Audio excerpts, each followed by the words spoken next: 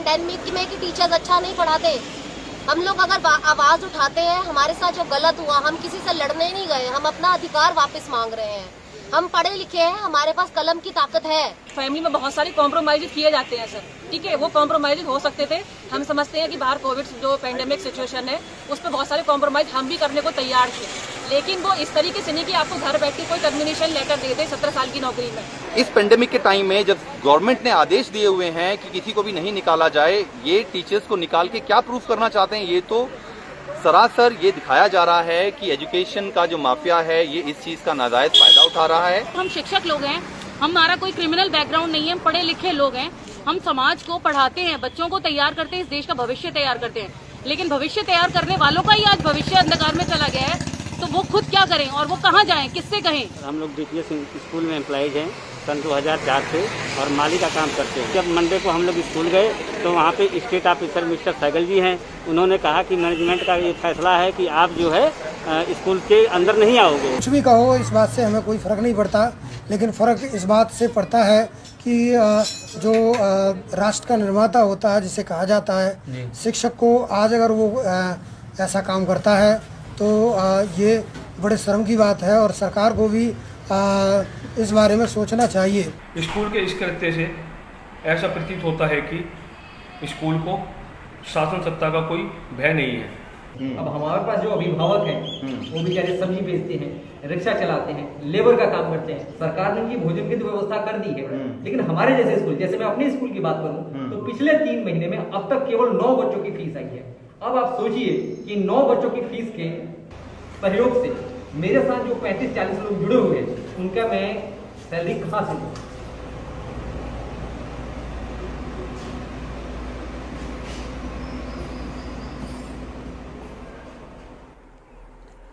नमस्कार, मैं रवीश कुमार, आप देख रहे हैं देश की बात 6 से 7। जून के महीने में $100 बिलियन बेरोजगारों को भत्ते के रूप में दिए गए हैं, जो अब तक का रिकॉर्ड है। भारत में नहीं, अमेरिका की बात कर रहा हूं।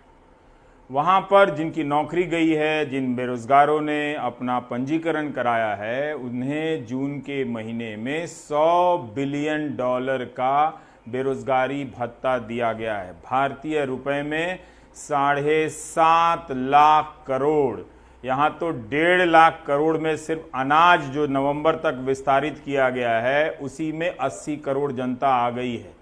किस कदर हिंदुस्तान में गरीबी है कि आप समझ सकते हैं कि उन्हें सिर्फ 5 किलो अनाज और 1 किलो चना देने के लिए 1.5 लाख करोड़ 5 महीने में खर्च कर रहे हैं।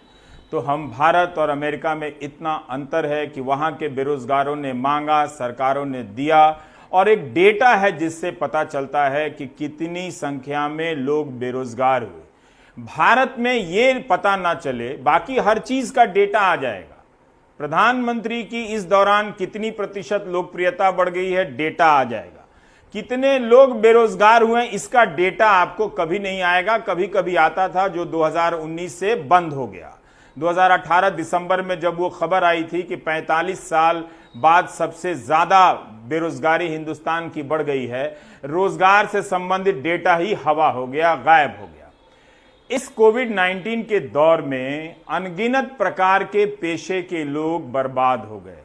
आप यूं समझिए कि दिल्ली के हर कोने कोने में साप्ताहिक बाजार लगा करता था, जिनमें सब्जी, साधारण कपड़े बेचकर लोग गुजारा करते थे। वो लोग कहाँ गए जिनकी खरीदारी भीड़ पर ही निर्भर थी?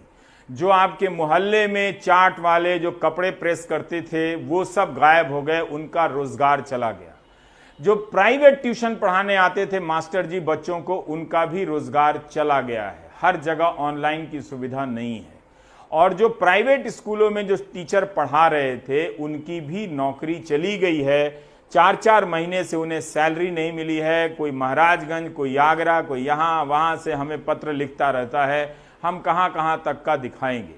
ज़रूर ये हुआ होगा, लेकिन हम तथ्यात्मक तरीके से नहीं जानते कि कितनों के साथ हुआ है कि नौकरी जाने और कमाई कम होने के कारण बहुत से माँ बाप अपने बच्चों की फीस नहीं दे पाते होंगे। स्कूलों को बताना चाहिए कि कितने ऐसे माँ बाप हैं, पहचान भले ना बताएं। सरकार के पास एक डेटा होना चाहिए, डेटा हमारे साथ सामने हो तब पता चले कि देश की क्या स्थिति है। स्कूल भी दूसरी तरफ पूरी कमाई ना होने के कारण बहुत से शिक्षकों को 4-4 महीने से सैलरी नहीं दे रहे हैं और उन्हें निकाल रहे हैं। दोनों सच्चाई है, लेकिन इसके बीच भी एक प्रकार की सच्चाई है जिस पर हमें गौर करने की जरूरत है। ये जो तस्वीर है दिल्ली के गाजियाबाद, दिल्ली से सटे गाजियाबाद के एक स्कूल की है, डीपीएस इंदिरापुरम की है। लेकिन इस तरह से आप इसे सिर्फ प्रतिनिधि तस्वीर मानिए, एक स्कूल की कहानी नहीं मानिए, क्योंकि कई स्कूलों में लुधियाना से लेकर पटना और पटना से लेकर ना जाने सतना तक इस तरह की घटनाएं हुई हैं।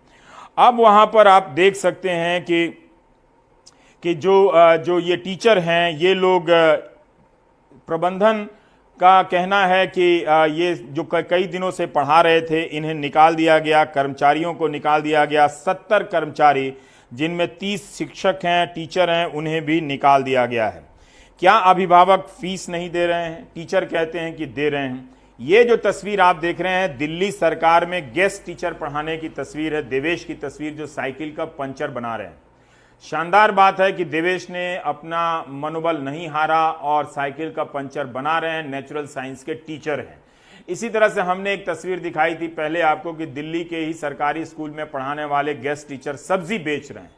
ये कमाल की भावना है, लेकिन ये देखिए कि किसी भी कारण से सरकार ने अगर 31 जुलाई तक इन्हें हटा दिया है तो इनकी आर्थिक तंगी हो गई है, इनकी कमाई नहीं हो रही है।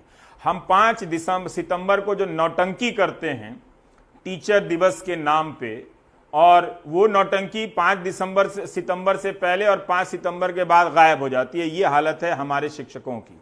तो एक तरह से इंदिरापुरम के इस स्कूल में लोगों को निकाला गया है। हो सकता है कि अभिभावक पैसे ना दे पा रहे हों, लेकिन कितने ऐसे अभिभावक हैं? स्कूल में फीस ना आने का प्रतिशत क्या है? ये सब डेटा हमारे साथ होता तो हम इस तरह के फर्जीवाड़े से बच जाते कि सब कुछ सामान्य हो गया है। हम जान पाते कि इतने लोग एक स्कूल या एक शहर के 10,000 स्कूल में इतने अभिभावक हैं जो फीस नहीं दे पा रहे हैं। हमारे छोटे बच्चों का भविष्य अंधकार में लटक गया है।